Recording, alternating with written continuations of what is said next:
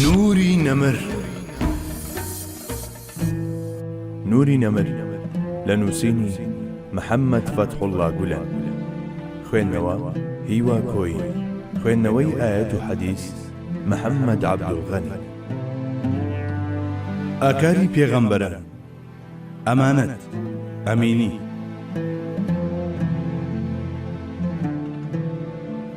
دووەم ئاکاری پێغەمبەران عەلەیهی السەلام بریتیە لە ئەمانەت. ئەم وشەیە وشەیەکی عەرەبیە و لە هەمان چاوگی وشەی ئیمانەوە دروست بووە. مومینیش واتە ئەو کەسەی ئارامی و ئاسایش ئەمنیەت بەرقەرار دەکات. پێغەمبەران عەلەیهی السەلام هەروەک لە ڕووی ئیمانەوە لە لووتکەدان، ئاوەهاش لە بەرقەرارکردنی ئاسایش و ئەمنیەتدا پێشەنگن. قورئانی پیرۆز لە چەندین ئاەتدا ئاماژە بۆ ئەم تایبەتمەندیانە دەکات. ئێستاش با بچینە گۆڵزاری چەندانەیەکیان. أعوذ بالله من الشيطان الرجيم بسم الله الرحمن الرحيم كذبت قوم نوح المرسلين إذ قال لهم أخوهم نوح ألا تتقون إني لكم رسول أمين فاتقوا الله وأطيعون. قومی نوحیش بەرنامەی هەر هەموو پێغەمبەرانیان بە درۆزانی. کاتێک نوحی برایان پێیوتن باشە ئەوە ئێوە ناترسن لەوەی بێفەرمانی پەروەردیگار بکەن، دڵنیا بن کە من نێراوێکی ئەمین و دڵسۆزم بۆتان، کەوا بوو لەخوا بترسن و فەرمانداری من بکەن. بەڵێ، حەزرەتی نوح بەم جۆرە لەگەڵ قەومەکەی دادەدووە. ئایا هێشتا هەر ئیتیقا ناکەن و پارێزکار نابن؟ دڵنیا بن کە من پێغەمبەرێکم، ئەمنیەت پەخش دەکەم و دارایی سیفەتی ئەمانەتم و دانا بەزمە پلەی خیانەتکردنەوە. ئیتر هەروەک دەبینن ئەم سیفەتە، سیفەتی ئەمانەت، کە یەکێکە لە تایبەتمەندیەکانی پێغەمبەرایەتی، لە زمانی پێغەمبەرێکەوە بەم جۆرە باز دەکرێت. هەروەها كذبت عاد المرسلين إذ قال لهم أخوهم هود ألا تتقون إني لكم رسول أمين. قومی عادیش بەرنامەی هەر هەموو پێغەمبەرانیان بە درۆزانی. ئەوە بوو هودی برایان پێیوتن ئایا ئێوە لە پەروەردیگار ناترسن؟ بزانن کە من بەڕاستی نێراوێکی ئەمین و متمانە پێکراوم بۆتان. ئەم ئاەتە پیرۆزەش جەخت لەسەر هەمان واتا دەکاتەوە. كذبت ثمود المرسلين إذ قال لهم أخوهم صالح ألا تتقون إني لكم رسول أمين. قومی ثەمودیش بەرنامەی پێغەمبەرانیان بە درۆزانی. ئەوە بوو ساڵحی برایان پێیوتن ئایا ئێوە لەخوا ناترسن؟ بەڕاستی من پێغەمبەرێکی ئەمینم بۆتان. هەروەها كذبت قوم لوط المرسلين إذ قال لهم أخوهم لوط ألا تتقون إني لكم رسول أمين. قومی لوتیش بەرنامەی پێغەمبەرانیان بە درۆزانی. کاتێک لوتی برایان پێیوتن ئایا ئێوە لەخوا ناترسن؟ دڵنیا بن کە من نێراوێکی ئەمینم بۆتان. دەتوانین نمونەی زیاتر لەم بارەیەوە بهێنینەوە. ئەمە لە پاڵ ئەوەدا کە چەندین ئاەتی تر بەواتای ئیشاری ئاماژە بۆ هەمان ناوەڕۆک دەکەن، بەڵام بەمەبەستی دەستخستنی بیرۆکەیەک سەبارەت بە بابەتەکە تەنها بەوانەی سەرەوە واز دێنین. وەک چۆن ئەلموئمینین یەکێکە لە ناوە پیرۆزەکانی خوای گەورە جەلە جەلالوه، هەروەهاش لە گرنگترین ناوی ئەو کەسانەیە کە باوەڕیان بەو زاتە هەیە. جێی خۆیەتی لێرەدا ئەو پرسیارە بکرێت کە ئایا بۆچی بەخوای گەورە عەزە وەجەلە دەوترێت ئەلموئمین؟ بێگومان لەبەر ئەوەیە کە ئەو زاتە سەرچاوەی دڵنیایی و ئارامی و متمانەیە. هەر ئەویشە دڵنیایی و بڕوامان پێدەبەخشێت. هەمیشە ئارامی و دڵنیایی لەوەوە تنۆک تنۆک یان لە شێوەی تافگەدا بەرەو ئێمە بەخوردێ. هەر ئەو زاتەشە کە پێغەمبەرانی دڵنیا و بڕوادار کردووە و بە سیفەتی ئەمنیەت سەرفرازی کردوون. جاکەوا بێ ئەو شتەی ناوی ئەمنیەت و دڵنیایی و ئەمانەت و ئیمانمان لێناوە، ئێمە بە پێغەمبەرانەوە و پێغەمبەرانیش بەڕادەیەکی مەزن بەخوای گەورەوە وابەستە دەکات تا سەرنجام تێکڕای ئەم وابەستەیە بەرەو پەیوەندی خالق و مەخلوق دەمانبات. هەموو ئەمانە واتاگەلێکن لە داتاشراوەکانی وشەی ئەمانەتدا بوونیان هەیە. بێگومان لایەنێکی گرنگی بابەتەکەیش دەرککردنە بەم پەیوەندیە. هەروەک گرنگترین سیفەتی پێغەمبەران عەلەیهی سەلام بەگشتی و پێغەمبەری نازدارمان سەڵی الله عەلەیه وسەلەم بە تایبەتی ئەمانەتە، هەر بەو جۆرە گرنگترین پەسنی جوبرەئیلی ئەمینیش بریتیە لە ئەمانەت. قورئانی پیرۆز بەم شێوەیە بۆمان باس دەکات: مطاع ثم ئەمین. ئەو گوێڕایەڵکرا و نێراوێکی ئەمینە. بەڵێ، جوبرائیل عەلەیهی سەلام گوێڕایەلی پەروەردگارە و لە ڕووگەی فەرمانبەریەکەی شێوە نێراوێکی متمانە پێکرا و ئەمینە. ئیدی بەم چەشنا قورئانی پیرۆز لە کانگای ئەم متمانە پێکرا و ئەمینیانەوە هاتووە. ئەوە تا خوای گەورە ئەلمؤمینە گوتارەکەیشی گوتارێکە ئەمنیەت و دڵنیایی لێوە پەخش دەبێت. ئەو جا قورئان لە ڕێگەی جوبرائیلەوە کە خوای گەورە بە ئەمین ناوی دەبات هاتووە. دوجاریش ئەم قورئانە بۆ ئەو پێغەمبەرە ئەمینە عەلەیهی ئەکمەل التەحایە و لەوێشەوە بۆ ئومەتەکەی نازڵ بووە کە کۆمەڵێکی قودسین و دەستنیشانکراوی بەدەستێنانی ئەمنیەتەکەی ئەون. بە دڵنیاییەوە هەر کەسە و بە گوێرەی ئاستی خۆی سوودی لە قورئانی پیرۆز وەرگرتووە. جوبرائیلیش یەکێکە لەو سوودمەندانە. ئەوە تا ڕۆژێکیان خۆی بە پێغەمبەری خوای فەرمووە: هەتا ئەو کاتەی خوای گەورە لە قورئاندا بە ئەمین ناوی بردم، لە عاقیبەتم دەترسام. بەڵام دوایە و ئاەتە مطاع ثم ئەمین سەر تاپا دڵنیایی دایپۆشیم.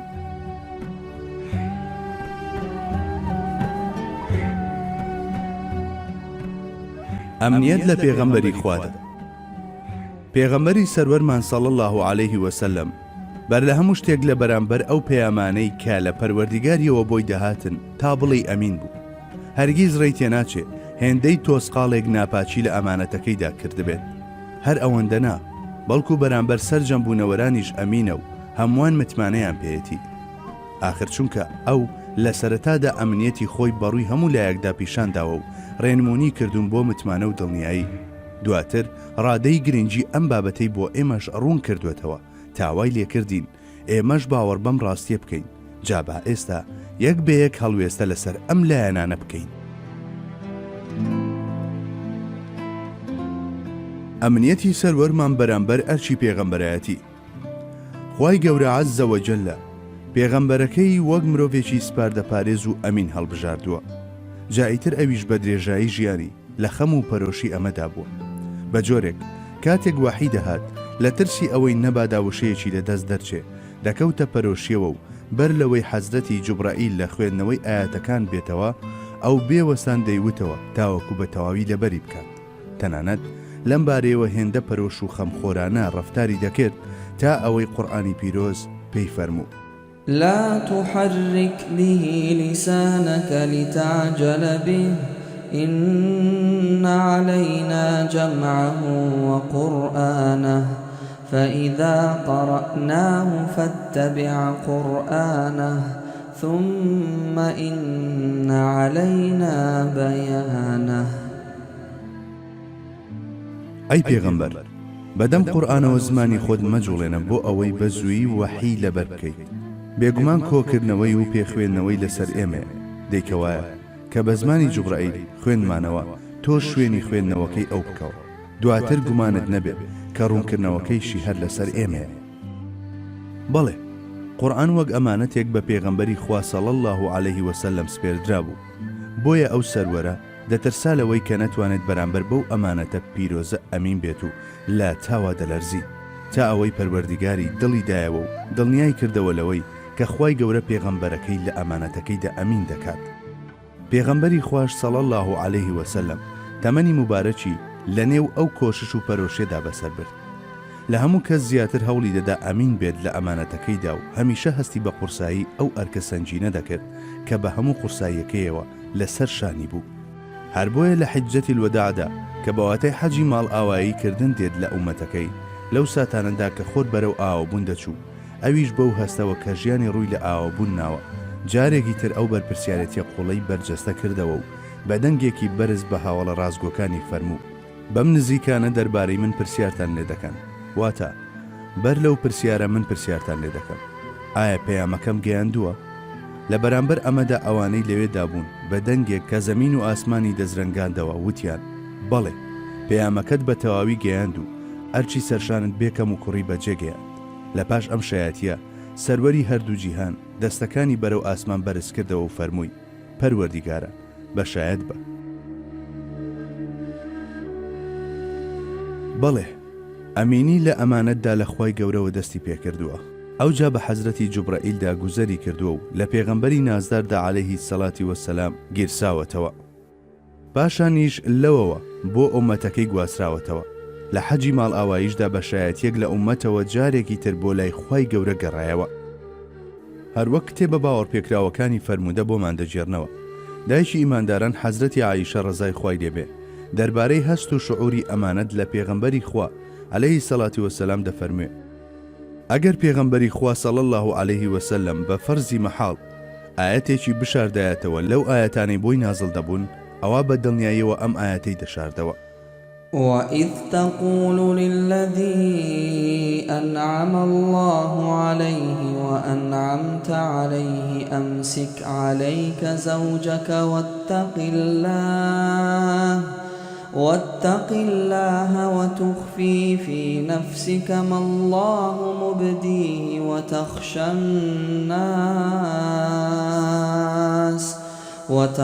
الناس والله أحق أن تخشاه. هۆکاری نازڵبوونی ئاەتەکەش ئەمڕ و داوای خوارەوەیە.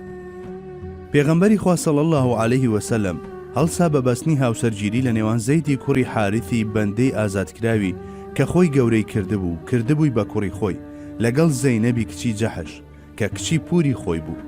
بەڵام ئەم هاوسەرگیریە بەو جۆرەی کە چاوەڕوان دەکرا ئاسوودەیی بە دوای خۆیدا نەهێنا. دایکی ئیمانداران حەزرەتی زەینەب ڕەزای خوای لێبێ تەنها لەبەر جۆرایەڵی فەرمانی پێغەمبەر درودی خوای لێبێ بەم هاوسەرگیریە رازی بوو. جا لەبەر ئەوەی ئەم خێزانە هەر لە سەرەتاوە لەسەر بناغەی نابەدڵی دامەزرا بوو بۆیە خاتو زەینەب نەیدەتوانی ڕێزی شایستە لە مێردەکەی بگرێت. جاخۆ خوای گەورە هەر لە زووەوە مرادی فەرموو بوو کە لە زەید جیا ببێتەوە و بچێتە ڕێزی خێزانە پاکەکان ئەلەزواجی تاهێراتی ڕەسوول اللهوە.